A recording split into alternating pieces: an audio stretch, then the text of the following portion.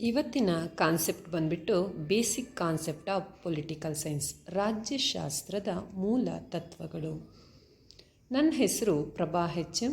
ರಾಜ್ಯಶಾಸ್ತ್ರ ಸಹ ಪ್ರಾಧ್ಯಾಪಕರು, ಸರ್ಕಾರಿ ಪ್ರಥಮ ದರ್ಜೆ ಕಾಲೇಜು, ಚಿಕ್ಕಬಳ್ಳಾಪುರ. ಇವತ್ತು ನಾವು ಈ ವಿಷಯದಲ್ಲಿ ಚರ್ಚೆ ಮಾಡ್ತಿರೋ ಅಂಥ ವಿಷಯ ಕಾನೂನಿನ ಅರ್ಥ ಮತ್ತು ಕಾನೂನಿನ ಲಕ್ಷಣಗಳು.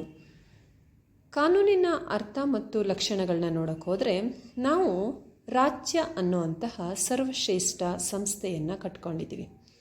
ಈ ರಾಜ್ಯ ಇತರೆಲ್ಲ ಸಂಘ ಸಂಸ್ಥೆಗಳಿಗಿಂತ ಭಿನ್ನವಾಗಿರುವಂತಹ ಒಂದು ಸಂಘ ಸಂಸ್ಥೆ. ಯಾಕೆ ಅಂತ ಹೇಳಿದರೆ, ಈಗ ಉದಾಹರಣೆಗೆ ಸಮಾಜ, ಸಂಘ, ಸರ್ಕಾರ ಮೊದಲಾದವುಗಳಿಗಿಂತ ರಾಜ್ಯ ಹೇಗೆ ಭಿನ್ನವಾಗಿದೆ ಅಂದರೆ, ರಾಜ್ಯಕ್ಕೆ ಏನಿದೆ ಅಂದರೆ ಪರಮಾಧಿಕಾರ ಅನ್ನೋದು ಇದೆ. ರಾಜ್ಯಕ್ಕೆ ಪರಮಾಧಿಕಾರ ಇರೋದರಿಂದ ಆ ಪರಮಾಧಿಕಾರವನ್ನು ಅದು ಕಾನೂನುಗಳ ರೂಪದಲ್ಲಿ ಜಾರಿಗೊಳಿಸುತ್ತೆ. ಯಾರನ್ನು ಅದು ಜಾರಿಗೊಳಿಸೋದಕ್ಕೆ ನಿಯೋಗಿಯನ್ನಾಗಿ ಮಾಡ್ಕೊಂಡಿದೆ ಅಂತಂದರೆ, ಸರ್ಕಾರವನ್ನು ಏಜೆಂಟಾಗಿ ಮಾಡ್ಕೊಂಡಿದೆ ಕಾನೂನುಗಳನ್ನು ಜಾರಿಗೆ ತರೋದಕ್ಕೆ ಅಂತ ಹೇಳಿ ನೋಡ್ಬೋದು. ಈ ಕಾನೂನು ಏನು ಮಾಡುತ್ತೆ ಅಂತಂದರೆ, ವ್ಯಕ್ತಿಯ ನಡವಳಿಕೆಯನ್ನು ನಿಯಂತ್ರಿಸೋದಕ್ಕೆ, ಸಮಾಜವನ್ನು ನಿಯಂತ್ರಿಸೋದಕ್ಕೆ, ಹಾಗೆ ಸಮಾಜದಲ್ಲಿ ಶಾಂತಿ ಮತ್ತು ಸುವ್ಯವಸ್ಥೆಯನ್ನು ಕಾಪಾಡಿಕೊಳ್ಳೋದಕ್ಕೆ ಈ ಕಾನೂನು ಅನ್ನೋದು ಅತ್ಯಂತ ಅವಶ್ಯಕ. ನಾವು ಕಾನೂನಿನ ಅರ್ಥ ಅಂತ ಹೇಳಿ ನೋಡೋದಾದರೆ, ಕಾನೂನು ಎಂಬ ಕನ್ನಡ ಪದ ಆಂಗ್ಲ ಭಾಷೆಯ ಲಾ ಪದದ ತರ್ಜುಮೆಯಾಗಿದೆ. ಈ ಎರಡೂ ಪದಗಳ ಮೂಲ ಪದ ಟ್ಯುಟ್ಯಾನಿಕ್. ಟ್ಯುಟ್ಯಾನಿಕ್ ಭಾಷೆಯಲ್ಲಿ ಲಾಗ್ ಎಂದರೆ ಏಕರೂಪತೆ ಎಂದರ್ಥ. ಸರಳ ಅರ್ಥದಲ್ಲಿ ವ್ಯಕ್ತಿಯ ಬಾಹ್ಯ ವರ್ತನೆಯನ್ನು ನಿಯಂತ್ರಿಸುವ ನಿಯಮಗಳನ್ನು ಕಾನೂನು ಎನ್ನಬಹುದು. ವಿಶಾಲ ಅರ್ಥದಲ್ಲಿ ರಾಜ್ಯವು ತನ್ನ ಪ್ರಜೆಗಳ ವರ್ತನೆ ಹಾಗೂ ನಡತೆಯನ್ನು ನಿಯಂತ್ರಿಸಲು ಜಾರಿಗೊಳಿಸಿರುವ ಲಿಖಿತ ರೂಪದ ನಿಯಮಾವಳಿಯೇ ಕಾನೂನಾಗಿದೆ. ಅವುಗಳನ್ನು ಉಲ್ಲಂಘಿಸಿದವರಿಗೆ ಶಿಕ್ಷೆಯನ್ನು ವಿಧಿಸಲಾಗುತ್ತದೆ. ಒಟ್ಟಿನಲ್ಲಿ ಕಾನೂನು ಸಮಾಜದ ಒಳಗಿನ ವ್ಯಕ್ತಿಗಳು, ಸಂಸ್ಥೆಗಳ ನಡವಳಿಕೆಯನ್ನು ನಿಯಂತ್ರಿಸುವ ಒಂದು ಅಂಶವಾಗಿದೆ ಎಂದು ಹೇಳಬಹುದು. ಕಾನೂನಿಗೆ ಸಂಬಂಧಿಸಿದಂತೆ ಕಾನೂನು ಎಂದರೇನು ಎಂಬುದಕ್ಕೆ ಒಂದೇ ಒಂದು ವ್ಯಾಖ್ಯಾನ ಇಲ್ಲ. ಅದಕ್ಕೆ ಹಲವಾರು ಚಿಂತಕರು ಹಲವಾರು ವ್ಯಾಖ್ಯಾನಗಳನ್ನು ನೀಡಿದ್ದಾರೆ. ಉದಾಹರಣೆಗೆ ಅರಿಸ್ಟಾಟಲ್, ರಾಜ್ಯಶಾಸ್ತ್ರದ ಪಿತಾಮಹರು, ಇವರು ನೀಡಿರುವಂತಹ ವ್ಯಾಖ್ಯಾನ, ಇದು ಪುರುಷ ಮತ್ತು ಮಹಿಳೆಯ ಸ್ವಭಾವದಲ್ಲಿ ಅಂತರ್ಗತವಾಗಿರುತ್ತದೆ, ಅದನ್ನು ತರ್ಕದ ಮೂಲಕ ಕಂಡುಹಿಡಿಯಬಹುದು ಎಂದು ಹೇಳಿದ್ದಾರೆ.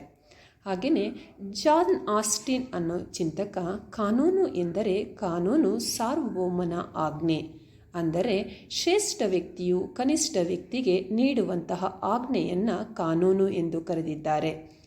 ಹಾಗೆ ಪ್ಯಾಟನ್ ಅನ್ನೋ ಚಿಂತಕರ ಪ್ರಕಾರ ಕಾನೂನು ಒಂದು ನಿಯಮಗಳ ಗುಂಪಾಗಿದೆ ಅಂತ ಹೇಳ್ತಾರೆ.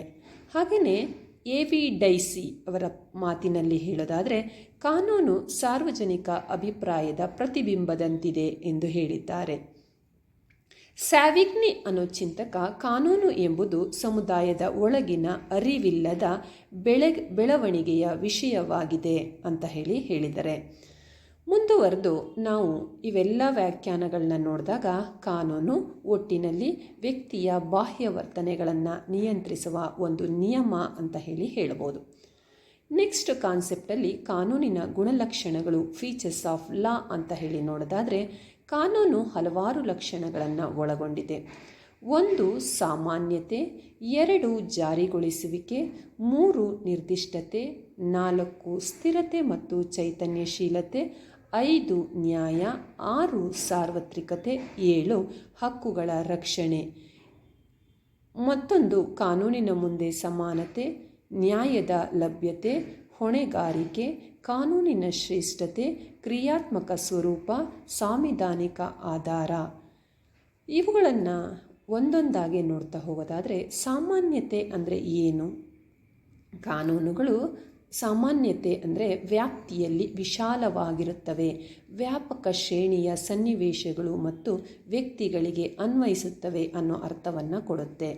ಎರಡನೇದಾಗಿ ಜಾರಿಗೊಳಿಸುವಿಕೆ. ಕಾನೂನುಗಳನ್ನು ಪಾಲಿಸದೇ ಇದ್ದರೆ ಏನಾಗುತ್ತೆ ಅಂದರೆ, ನಮಗೆ ಗೊತ್ತಿರೋ ಹಾಗೆ ದಂಡವನ್ನು ವಿಧಿಸಲಾಗುತ್ತೆ ಮತ್ತು ಶಿಕ್ಷೆಯನ್ನು ಕೂಡ ವಿಧಿಸಲಾಗುತ್ತೆ.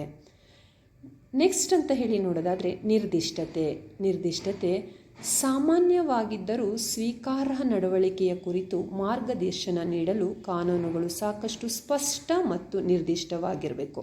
ಅಂದರೆ ಕಾನೂನುಗಳೇ ಸ್ಪಷ್ಟ ಮತ್ತು ನಿರ್ದಿಷ್ಟವಾಗಿಲ್ಲದಿದ್ದರೆ ಅವು ಹೇಗೆ ಮಾರ್ಗದರ್ಶನವನ್ನು ನೀಡ್ತವೆ ಅನ್ನೋ ಅರ್ಥವನ್ನು ಕೊಡುತ್ತೆ. ನೆಕ್ಸ್ಟ್ ಅಂತ ಹೇಳಿ ನೋಡೋದಾದರೆ ಸ್ಥಿರತೆ ಮತ್ತು ಚೈತನ್ಯಶೀಲತೆ. ಕಾನೂನುಗಳು ಭವಿಷ್ಯವಾಣಿಯನ್ನು ಒದಗಿಸಲು ಅವು ಏನಾಗಿರಬೇಕು ಅಂದರೆ ಸ್ಥಿರವಾಗಿರಬೇಕು. ಅಂದರೆ ಬದಲಾಗುತ್ತಿರುವ ಸಾಮಾಜಿಕ ರೂಢಿಗಳು ಮತ್ತು ಸಂದರ್ಭಗಳಿಗೆ ಹೊಂದಿಕೊಳ್ಳುವಂತೆಯೂ ಇರಬೇಕು. ಅಂದರೆ ಅವು ಕಾನೂನು ಸರಿ ಇದ್ದರೆ ಸ್ಥಿರವಾಗಿರ್ತವೆ, ಇಲ್ಲಾಂದರೆ ಬದಲಾದಂಥ ಸಂದರ್ಭಕ್ಕೆ ಅವು ಏನಾಗ್ತವೆ, ಹೊಂದಿಕೊಳ್ಳುವಂತಹ ಗುಣವನ್ನು ಕೂಡ ಹೊಂದಿರಬೇಕಾಗುತ್ತೆ. ಏಕೆಂದರೆ ಸಮಾಜ ನಿಂತ ನೀರಲ್ಲ. ನೆಕ್ಸ್ಟ್ ನೋಡೋದಾದರೆ ನ್ಯಾಯ ಅದ ಕಾನೂನಿನ ಮತ್ತೊಂದು ಲಕ್ಷಣ ನ್ಯಾಯವಾಗಿದೆ. ಕಾನೂನು ನ್ಯಾಯಯುತವಾಗಿರಬೇಕು. ಅಂದರೆ ಕಾನೂನಿನ ಅಡಿಯಲ್ಲಿ ಎಲ್ಲರೂ ಕೂಡ ಸಮಾನರು ಅಂತ ಹೇಳಿ ಪರಿಗಣಿಸಬೇಕು. ಯಾವುದೇ ಜಾತಿ, ಧರ್ಮ, ವರ್ಣ, ಲಿಂಗ ಇವುಗಳ ಆಧಾರದ ಮೇಲೆ ಕಾನೂನು ಏನು ಮಾಡಬಾರ್ದು, ತಾರತಮ್ಯವನ್ನು ಮಾಡಬಾರ್ದು. ಎಲ್ರಿಗೂ ಕೂಡ ನ್ಯಾಯಯುತವಾಗಿರಬೇಕು. ನೆಕ್ಸ್ಟು ಸಾರ್ವತ್ರಿಕತೆ ಅಂತ ಹೇಳಿದರೆ ಸಾಮಾನ್ಯತೆ ಅಂತ ಹೇಳಿದ್ನಲ್ಲ, ಅದೇ ಅರ್ಥವನ್ನು ಕೊಡುತ್ತೆ. ಸಾಮಾನ್ಯವಾಗಿ ಸಾರ್ವತ್ರಿಕತೆ ಅಂದರೆ ಕಾನೂನಿಗಿಂತ ಯಾರೂ ಕೂಡ ಮೇಲಲ್ಲ. ಕಾನೂನು ಎಲ್ಲರಿಗೂ ಕೂಡ ಅವನು ಶ್ರೀಮಂತನೇ ಇರಲಿ, ಬಡವನೇ ಇರಲಿ, ಅಥವಾ ಯಾವುದೇ ಮೇಲು ಕೀಳು, ಜಾತಿ ತಾರತಮ್ಯ, ಧಾರ್ಮಿಕ ತಾರತಮ್ಯದ ಅಡಿಯಲ್ಲಿ ಬರದೆ ಅದು ಎಲ್ಲರಿಗೂ ಕೂಡ ಸಮಾನವಾಗಿ ಅನ್ವಯ ಆಗುತ್ತೆ. ನೆಕ್ಸ್ಟ್ ಅಂತ ಹೇಳಿ ನೋಡೋದಾದರೆ ಹಕ್ಕುಗಳ ರಕ್ಷಣೆ. ಅಂದರೆ ಕಾನೂನುಗಳು ಕೂಡ ಯಾವುದರ ರಕ್ಷಣೆಗೋಸ್ಕರ, ಏಕೆಂದರೆ ಸಂವಿಧಾನ ಯಾರಿಗೆ, ಪ್ರಜೆಗಳಿಗೆ, ತನ್ನ ದೇಶದ ಪ್ರಜೆಗಳಿಗೆ ಹಲವಾರು ಹಕ್ಕುಗಳನ್ನು ನೀಡಿರುತ್ತೆ. ಆ ಹಕ್ಕುಗಳನ್ನು ಯಾವುದ್ರ ಮೂಲಕ ಮಾತ್ರ ರಕ್ಷಣೆ ಮಾಡಲಾಗುತ್ತೆ ಅಂತಂದರೆ ಕಾನೂನು ಇದ್ದಾಗ ಮಾತ್ರ ರಕ್ಷಣೆ ಮಾಡಲಾಗುತ್ತೆ. ಏಕೆಂದರೆ ಒಬ್ಬನ ಹಕ್ಕು ಇನ್ನೊಬ್ಬನ ಕರ್ತವ್ಯ ಒಬ್ಬನ ಹಕ್ಕಾಗಿದ್ದಾಗ ಅವುಗಳು ಸರಿಯಾಗಿ ಪರಿಪಾಲನೆ ಆಗಬೇಕು ಅಂತಂದರೆ ರಕ್ಷಣೆ ನೀಡಬೇಕು. ಆ ರಕ್ಷಣೆ ಎಲ್ಲಿಂದ ಬರುತ್ತೆ ಅಂದರೆ ಕಾನೂನುಗಳಿಂದ ಬರುತ್ತೆ. ಉದಾಹರಣೆಗೆ ವಾಕ್ ಸ್ವಾತಂತ್ರ್ಯದ ಹಕ್ಕು, ಆಸ್ತಿಯ ಹಕ್ಕು, ವೈಯಕ್ತಿಕ ಸ್ವಾತಂತ್ರ್ಯದ ಹಕ್ಕುಗಳಿಗೆ ಮತ್ತು ಸ್ವಾತಂತ್ರ್ಯಗಳಿಗೆ ಕಾನೂನುಗಳು ರಕ್ಷಣೆ ಕೊಡೋದಕ್ಕಾಗಿಯೇ ಆ ರೀತಿಯ ಏನು ಮಾಡಲಾಗಿದೆ, ವಿನ್ಯಾಸಗೊಳಿಸಲಾಗಿದೆ. ಉದಾಹರಣೆಗೆ ನಮ್ಮ ದೇಶದ ಸಂವಿಧಾನಾತ್ಮಕ ಪರಿಹಾರ ಹಕ್ಕಿನಲ್ಲಿ ಹಕ್ಕುಗಳ ರಕ್ಷಣೆಯ ಬಗ್ಗೆ ನಮಗೆ ವಿವರಣೆ ಸಿಗುತ್ತೆ. ನೆಕ್ಸ್ಟು ಕಾನೂನಿನ ಮುಂದೆ ಸಮಾನತೆ ಅಂತ ಹೇಳಿ ನೋಡೋದಾದರೆ ಪ್ರತಿಯೊಬ್ಬರಿಗೂ ಕೂಡ ಸ್ಥಾನಮಾನ, ಸಂಪತ್ತು, ಹಿನ್ನೆಲೆಯನ್ನು ಲೆಕ್ಕಿಸದೆ ಕಾನೂನು ಎಲ್ರಿಗೂ ಕೂಡ ಸಮಾನವಾಗಿದೆ. ನೆಕ್ಸ್ಟು ನ್ಯಾಯದ ಲಭ್ಯತೆ ಅಂದರೆ ನ್ಯಾಯಯುತ ಮತ್ತು ನಿಷ್ಪಕ್ಷಪಾತವಾಗಿರಬೇಕು.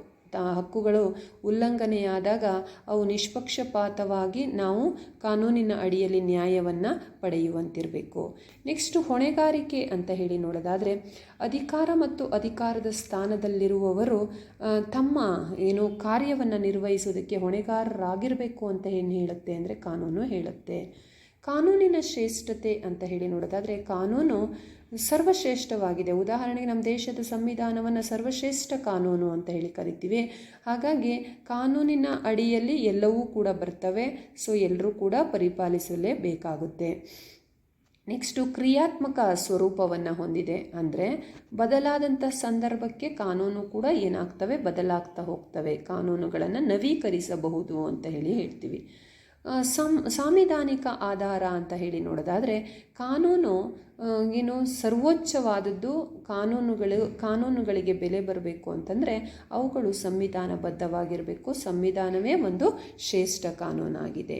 ಇಷ್ಟು ಈ ಕಾನೂನು ಮತ್ತು ಕಾನೂನಿನ ಲಕ್ಷಣಗಳಾಗಿದ್ದಾವೆ. Thank you.